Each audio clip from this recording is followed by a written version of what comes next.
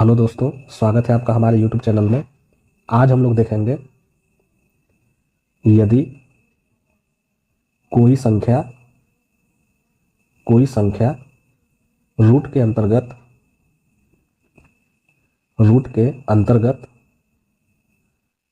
बार बार repeat करता हो। तो दोस्तों, जब भी कोई संख्या रूट के अंतर्गत बार बार रिपीट करेगा तो इसमें दो कंडीशन होता है। पहला होता है जब प्रश्न में प्लस या माइनस का चिन्ह न दिया हो। तो दोस्तों, जब भी प्रश्न में प्लस या माइनस का चिन्ह नहीं दिया होगा तो ऐसे प्रश्न हमेशा दो टाइप के होते हैं। पहला टाइप क्या होता है? पहला होता है जब संख्या n टाइम तक रिपीट करता हो। तो जब भी संख्या n टाइम तक रिपीट करेगा, जैसे मैं यहाँ लिख देता हूँ रूट ए, ये n टाइम तक रिपीट कर रहा है। और आप यहाँ देख भी सकते हैं, जैसा मैंने यहाँ हेडिंग में लिखा है कि जब प्रश्न में प्लस या माइनस का चिन्ह न दिया हो, और यहाँ रूट ए, इसमें प्रश्न में प्लस या माइनस का चिन्ह नहीं दिया रहेगा और संख्या कितना n टाइम तक रिपीट करता हो। तो उसके लिए फॉर्मूला हो जाएगा a का पावर 1 माइनस 1/2 का पावर n, या इसको हम लोग a का पावर 2 का पावर n माइनस 1/2 का पावर n भी लिख सकते हैं। तो इस फार्मूला को आपको याद रखना पड़ेगा। अब हम लोग इस पर क्वेश्चन देखते हैं। रूट सिक्स इसका वैल्यू कितना होगा? तो अब यहाँ पे आपने ये ध्यान दिया होगा, जैसे मैंने यहाँ लिखा है जब संख्या n टाइम तक रिपीट करता हो। यहाँ पे संख्या है वो कितने टाइम तक रिपीट कर रहा है? 3 टाइम रिपीट कर रहा है। n टाइम का मतलब हुआ कि एक बार रिपीट किया या दो बार रिपीट किया, 3 बार, 4 बार, 5 बार, कितने बार रिपीट किया, उसका मतलब n टाइम हुआ। जैसे ये रूट ए n टाइम तक रिपीट कर रहा है तो फार्मूला कितना हो गया? a का पावर 1 माइनस 1/2 का पावर n। और यहाँ पे ये जो 6 है ये n टाइम अर्थात 3 बार रिपीट कर रहा है। तो इसके लिए फार्मूला क्या हो जाएगा? जहाँ जहाँ n है वहाँ वहाँ हम लोग 3 रख देंगे, या इसे भी आप देख सकते हैं, वो इसी का शॉर्टकट है, a का पावर 2 का पावर n माइनस 1/2 का पावर n, क्योंकि यहाँ पे 2 का पावर n एलसीएम ले लेंगे। तो चलिए, ये जो क्वेश्चन में आपका 6 है वो 3 टाइम रिपीट कर रहा है, तो जहाँ जहाँ n है वहाँ वहाँ हम लोग 3 रखते हैं। तो इसका सोल्यूशन क्या हो जाएगा? 6 का पावर 2 का पावर 3 माइनस 1/2 का पावर 3। आप यहाँ फिर से देख लीजिए, जहाँ जहाँ n है वहाँ वहाँ हम लोग 3 रख देंगे, क्योंकि संख्या 6 है वो 3 बार रिपीट कर रहा है। तो इसका आंसर कितना हो जाएगा? 6 का पावर, अब ये 2 का पावर 3 मतलब 8 हो गया, और माइनस 1, 8 में से 1 माइनस हुआ तो 7 हो गया, और 2 का पावर 3 मतलब 8 हो गया, तो ये हो जाएगा 7/8। तो 6 का पावर 7/8, और ये हो गया आपका आंसर। इसी तरह हम लोग एक क्वेश्चन और देखते हैं। क्वेश्चन है रूट सेवन इसका वैल्यू कितना होगा? तो दोस्तों, इसमें 7 4 बार रिपीट कर रहा है, तो 7 का पावर 2 का पावर 4 माइनस 1/2 का पावर 4 हो जाएगा। मतलब जहाँ जहाँ n है वहाँ वहाँ 4 रख देना है। तो ये हो गया 7 का पावर 15/16, और ये हो गया आंसर। अब दोस्तों, ये तो हो गया आपका कि जब संख्या n टाइम तक रिपीट कर रहा हो। ऐसा भी हो सकता है कि संख्या अनंत तक रिपीट करे, जैसे मैं यहाँ लिख देता हूँ 2 नंबर,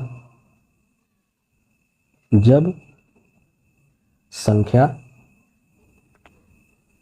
अनंत तक रिपीट करता हो।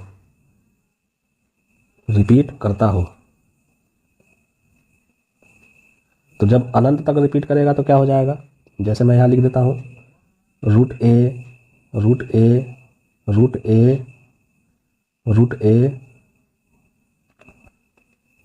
ये अनंत तक रिपीट कर रहा है, तो इसका वैल्यू कितना हो जाएगा, केवल ए। तो ये तो हो गया जब अनंत तक रिपीट कर रहा है, और जब एन टाइम तक रिपीट करेगा तो हो जाएगा ए का पावर 2 का पावर एन माइनस 1 बाई 2 का पावर एन। अब दोस्तों इस पे भी हम लोग एक क्वेश्चन देखा जाए। जैसे क्वेश्चन है √5 √5 √5 √5, और ये अनंत तक रिपीट कर रहा है, इसका आंसर क्या होगा। इसका सॉल्यूशन अभी मैंने बताया कि जब संख्या अनंत तक रिपीट करे, जैसे यहाँ ए अनंत तक रिपीट कर रहा है तो इसका वैल्यू ए हो गया। तो यहाँ पे 5 5 5 5 ये अनंत तक रिपीट कर रहा है, तो इसका वैल्यू भी हो जाएगा 5। तो ये हो गया आपका आंसर। एक क्वेश्चन हम लोग और देखते हैं। क्वेश्चन है √3 √3 √3, ये भी अनंत तक रिपीट कर रहा है, इसका वैल्यू कितना हो जाएगा। तो इसका सॉल्यूशन क्या हो जाएगा, 3, क्योंकि 3 अनंत तक रिपीट कर रहा है, तो जब अनंत तक रिपीट करेगा तो इसका वैल्यू 3 हो जाएगा। ये हो गया आंसर। अब दोस्तों हम लोग देखते हैं, जैसा मैंने यहाँ बता रखा है आपको कि ये तो पहला कंडीशन हो गया जब प्रश्न में प्लस या माइनस का चिन्ह न दिया हुआ हो। अब हम लोग देखते हैं जब प्रश्न में प्लस या माइनस का चिन्ह दिया हो। तो जब चिन्ह नहीं दिया रहेगा प्लस या माइनस का, जैसे यहाँ पर था, इसमें प्लस और माइनस का चिन्ह नहीं है, तो इसमें दो कंडीशन थे, संख्या n टाइम तक भी रिपीट कर रही थी और संख्या अनंत तक भी रिपीट कर रही थी। उसी तरह अब हम लोग देखेंगे जब प्रश्न में प्लस या माइनस का चिन्ह दिया हो, जब दिया रहेगा तो उसमें भी दो कंडीशन होगा। पहला कंडीशन मैं लिखूंगा, लेकिन उससे पहले मैं हेडिंग लिख दूं। 2 नंबर, जब प्रश्न में प्लस या माइनस का चिन्ह दिया हो, जब प्रश्न में प्लस या माइनस का चिन्ह दिया हो, जैसे मैं यहां लिख देता हूं √a plus minus √a plus minus √a plus minus, और ये अनंत तक है, तो इसका वैल्यू कितना होगा। तो दोस्तों जब भी प्रश्न में प्लस या माइनस का चिन्ह लगा रहेगा और उसका वैल्यू निकालना होगा, तो इसमें भी दो कंडीशन हो जाएंगे। पहला कंडीशन हो जाएगा जब संख्या को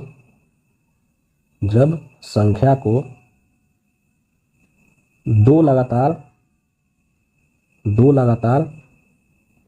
प्राकृतिक संख्या में लिखा जा सके।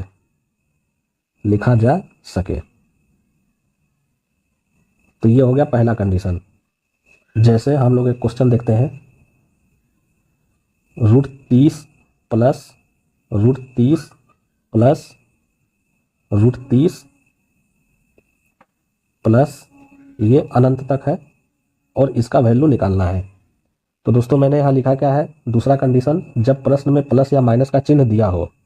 तो यहाँ पे प्लस या माइनस का चिन्ह दिया हुआ होगा, और इस वाले कंडीशन में हमेशा वैल्यू अनंत तक ही रहेगी।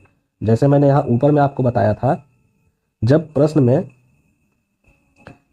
में प्लस या माइनस का चिन्ह नहीं दिया हुआ रहेगा, तो जैसे यहाँ √a इसमें प्लस या माइनस का चिन्ह नहीं दिया हुआ है, तो इसमें दो कंडीशन होगा, एक तो n टाइम तक होगा, दूसरा अनंत तक होगा। जब प्रश्न में प्लस या माइनस का चिन्ह दिया हुआ होगा तो प्रश्न हमेशा अनंत तक रहेगा। अब हमको ये देखना है कि प्लस या माइनस जो चिन्ह दिया हुआ है दो लगातार प्राकृतिक संख्याओं में लिखा जा सकता है या नहीं। अब जैसे यहाँ पे 30 है और यहाँ पे प्लस लगा हुआ है, हम लोग ये देखेंगे कि इस 30 को हम लोग दो लगातार प्राकृतिक संख्याओं में लिख सकते हैं या नहीं। तो हम लोग लिख सकते हैं। जैसे हम लोग यहाँ सॉल्यूशन देखते हैं, 30 को जब आप लिखेंगे तो ये मिलेगा 5 × 6। तो जब भी संख्या को दो लगातार प्राकृतिक संख्याओं में लिखा जा सकता है, तो हम लोग दो लगातार प्राकृतिक संख्या में लिखेंगे और प्रश्न में प्लस रहने पर बड़ा वैल्यू आंसर देंगे और माइनस रहने पर छोटा वैल्यू देंगे। तो इसका आंसर कितना हो जाएगा, 6, क्योंकि प्रश्न में प्लस चिन्ह लगा हुआ है। तो ये हो गया 6, ये हो गया आंसर। मैं यहां नोट करके लिख देता हूं, नोट, जब संख्या को दो लगातार प्राकृतिक संख्या में लिखा जा सके तो प्रश्न में प्लस का चिन्ह होने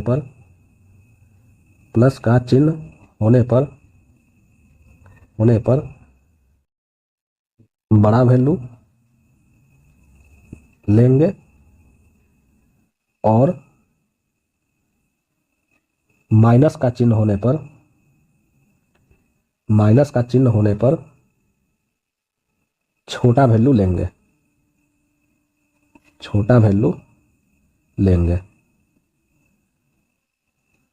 तो यहाँ पे प्लस का चिन्ह था तो हम लोगों ने बड़ा वैल्यू लिया और आंसर हो गया 6। अब हम लोग एक क्वेश्चन और देखते हैं। क्वेश्चन है √156 माइनस √156 माइनस √156 और ये भी अनंत तक है। इसका वैल्यू कितना होगा? तो इसका सॉल्यूशन क्या हो जाएगा? 156 को हम लोग दो लगातार प्राकृतिक संख्या में लिखेंगे तो ये हो जाएगा 12 × 13। अब चूंकि प्रश्न में यहाँ पे माइनस का चिन्ह है और हमने पहले ही यहाँ बता दिया है नोट करके कि प्लस का चिन्ह रहने पे बड़ा वैल्यू लेंगे और माइनस का चिन्ह रहने पे छोटा वैल्यू लेंगे। तो यहाँ प्रश्न में माइनस का चिन्ह है तो छोटा वैल्यू लेंगे और ये आंसर हो जाएगा। आंसर हो गया 12। अब दोस्तों हम लोग दूसरा कंडीशन देखते हैं। दूसरा कंडीशन क्या है?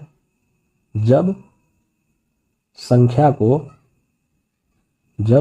को दो लगातार प्राकृतिक संख्या में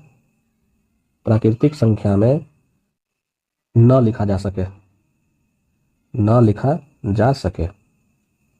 तो दोस्तों जब दो लगातार प्राकृतिक संख्या में नहीं लिखा जा सके तो उसके लिए हम लोग फॉर्मूला याद रखेंगे, √1 + 4a ± 1/2।